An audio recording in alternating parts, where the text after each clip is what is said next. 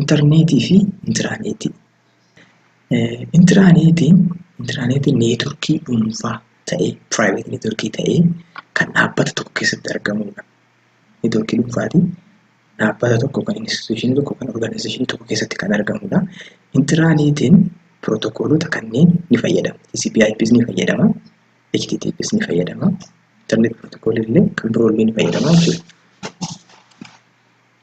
Intarneetiin kompiitara neetworkii addunyaa kana isa guddaadha. Intarneetiin jechuudha. Neetworkii neetworkoota jedhama.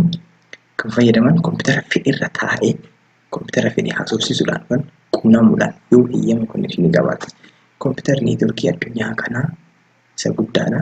Neetworkii neetworkoota kan fayyadaman kompiitara fedhe irra taa'ee kompiitara fedhe haasofsiisuudhaan kan immoo quunnamuudha. Yoo eeyyama konnekshinii qabaate. Konnekshinii yoo jiraate kan immoo konnekshinii sana fayyadamuuf maloota isarraa barbaachisan wantoota isarraa barbaachisan hunda yoo guute kompiitara isa naannoo biraa jiru isa addunyaa biraarra jiru haasofsiisuu ni danda'a jechuudha. Fakkeenyaaf feesbuukii fayyadamuu ni danda'a jechuudha gara biraatti. Feesbuukiin kompiitara feesbuukii sana baatee jiru sarvariin kompiitara feesbuukii sana baatee jiru Ameerikaatti argama.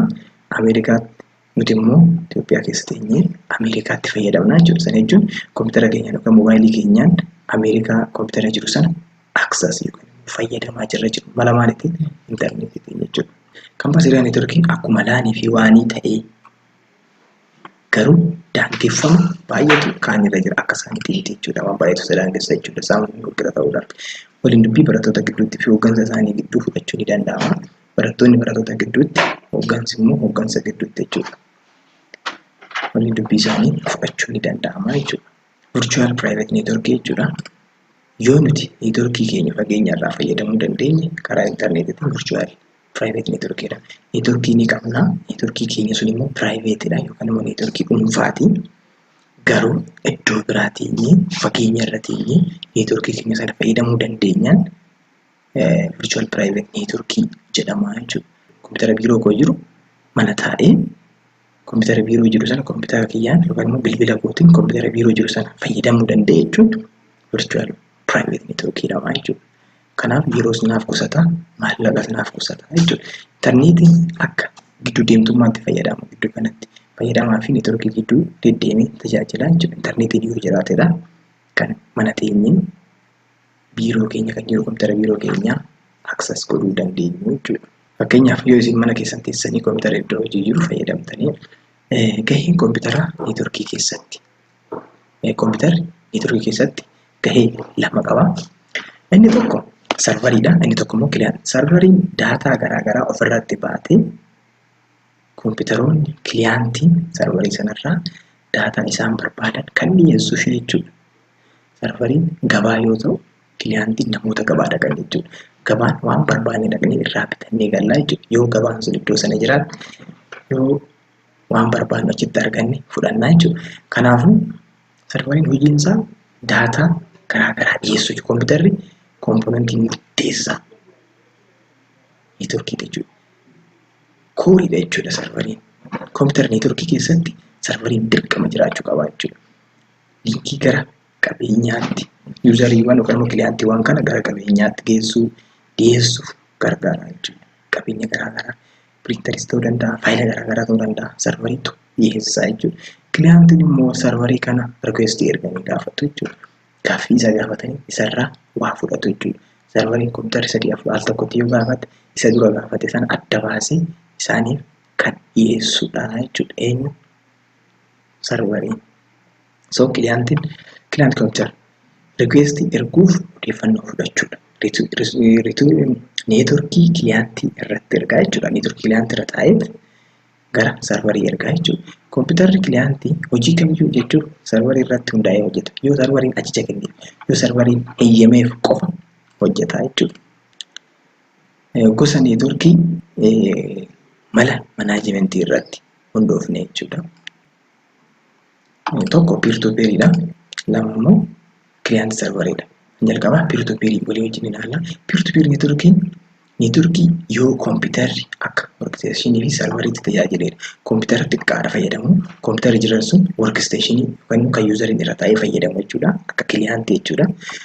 Akka sarvariittis akka kiliyaantittis akka workstationittis akka sarvariitti yoo tajaajile peer-to-peer jennaan jechuudha. Neetworkii xixiqqoo salphaa fi rakkasa ta'ee fi baay'ee gaariidha jechuudha. Neetworkiin keenya xiqqaa yoo ta'e baay'ee salphaa yoo ta'e waan nuti fayyadamu rakkasaa fi kanaaf nu fayyada jechuudha. Isaan kanaaf baay'ee gaariidha jechuudha. Neetworkii kana keessatti kompiitaroonni hundi wal qixa. Inni isa kaan hoogganu inni tokko isa tokko hoogganuu hin danda'u jechuudha. Maashinoonni kamiyyuu qabeenya sheer ta'e ni fayyadamu. Inni tokko sheer godha, inni sunis fayyadama, sunis sheer godha. Hundi isaaniitu hanga wal qixa qabu jechuudha. Kompiitaroonni hunduu sooftiweerii wal fakkaataa fayyadamuu fi itti gaafatamummaa kompiitarii qabu hin jiru. As keessaa kompiitara kaan to'achuudhaaf itti gaafatamummaan kan itti kenname kompiitaroota kana keessa hin jiru jechuudha. Hundi isaaniitu wal qixa sooftiweerii wal fakkaataa fayyadamu jechuudha.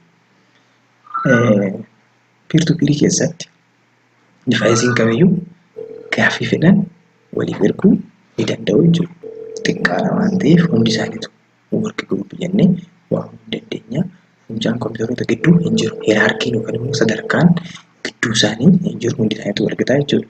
Hoogganaan neetworkii keessa hin jiru. Neetworkii sana kan hoogganu hin jiru. Hundi isaaniitu wal qixa waan ta'aniif. Fakkeenyaaf isaan kana fudhachuu dandeenya.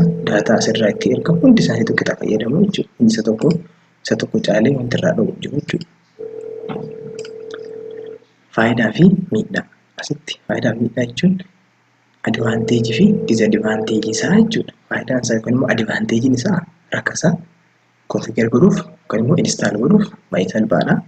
Fayyadamtoonni kompiitara isaanii irratti mirga guutuu qabu. Namni isaan dhowwu sa'aatii kana fayyadamu sa'aatii kana fayyadamu jedhee namni isaan daangessu yookaan immoo kompiitara isaan daangessu hin jiru. Hundi isaaniitu wal qixa jechuudha.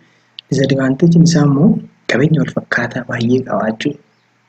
Inni sunis sheer godha, inni kunis sheer godha waan ta'eef namni to'atu waan hin jirreef sunis qaba kunis qaba bakka kompiitaroota hundarrayyuu qabeenya wal fakkaataa hin jira jechuudha. Qabeenyi sun silaa iddoo tokkotti odoo kuufamee yeroodhaafis ispeesii isaan qabatanii jiraniifis baay'ee gaarii ture garuu bakka tokkotti waan qabataniif jechuudha.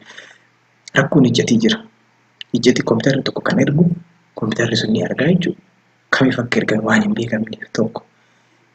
Ijjati isaaniis yookaan immoo seekiriitii isaanii vulnerabilidha jechuudha. Saaxilamaa namni biraa sarvariin isaan dhorku kan immoo isaan kompiitarri isaan irraa ittisu waan hin jirreef walii isaaniitiifis alaayis neetworkiin sun hatamuuf miidhamuuf salphaatti qabamu jechuudha. Loodiin kompiitarootaa hordofuuf ni ulfaata. Kompiitarri tokko hagam daataa hammamii baateera inni tokko immoo hammamii baatee jira kan jedhu beekuuf baay'ee ulfaataa jechuudha. Kun disadvaanteejii isaati. Yeroo peer-to-peer neetworkiif yeroo kam peer-to-peer fayyadamuu qaba? Yoo maal ta'e fayyadamna? Yeroo kam mijata kan jedhu kompiitara yookaan immoo fayyadamaa 10 fi isaa gadi yoo qaban tokko tajaajilli addaa yoo jiraachuu baate akka wanti ispeeshaal ta'e yoo jiraachuu baate seekiriitiin yoo dantaa keenya ta'uu baate hatamuu baate wanti nu galchuu jiraachuu baate yoo guddinni fuulduraa dhaabbataa gara fuulduraatti ni guddanna kan jedhu abdii yoo qabaachuu baate.